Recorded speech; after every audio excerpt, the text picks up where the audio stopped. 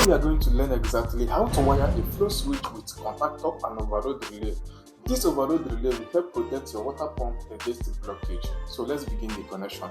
The first thing we are going to do, we are going to connect our live and neutral wire from our breaker here to L1 and L2 of our contactor. So let's go ahead and do it. So because most of the motor in our home are single phase, we are going to do a single phase connection today. So I'm going to loose here and connect my live wire.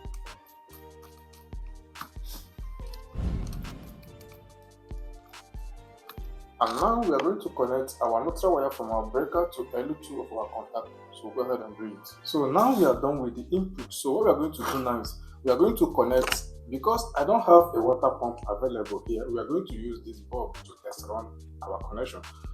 So we are going to connect this our bulb to this T1 and T2 of our overload relay. So go ahead and do it. So now we are done with the power connection. So what we are going to do now is to connect our overload relay. When you look here closely, you see that here this two terminal is the coil terminal of this contactor. This is A1 and here is A2. So we are going to loop our neutral from here to A2. So go ahead and do it. I'll go ahead and lose it. Now we are done with the neutral terminal. So what we are going to do now, we are going to use our flow switch to supply the A2 of our contactor. So now we are going to connect our live wire from our breaker to 95 terminal of our overload relay. So go ahead and do it.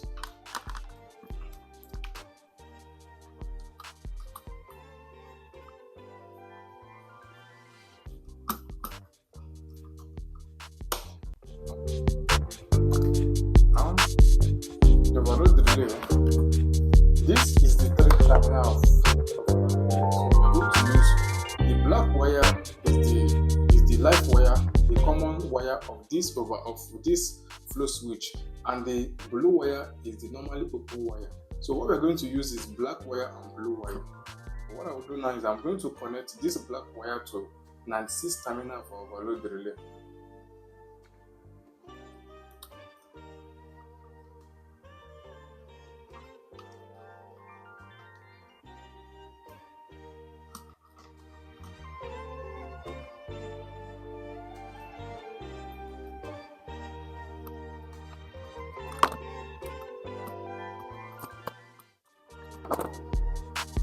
This blue wire from the flow switch will go directly to A1 of our contactor. We'll go ahead and connect it.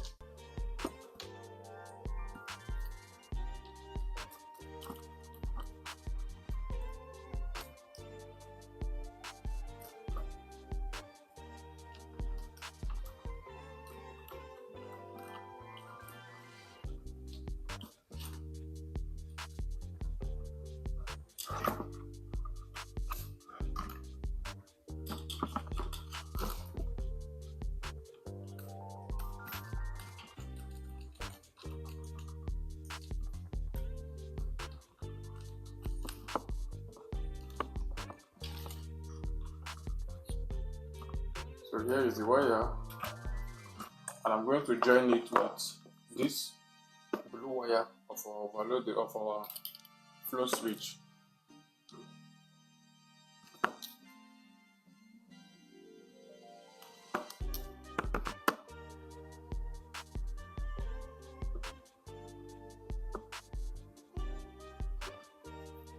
After the joining, use insulation tape to tape it.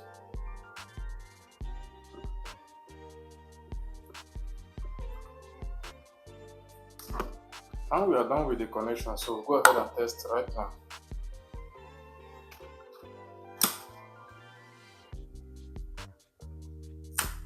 So when there is no water in our tank, the flow switch will be in down position, and the water pump will turn on automatically, and water will begin to pump to our tank.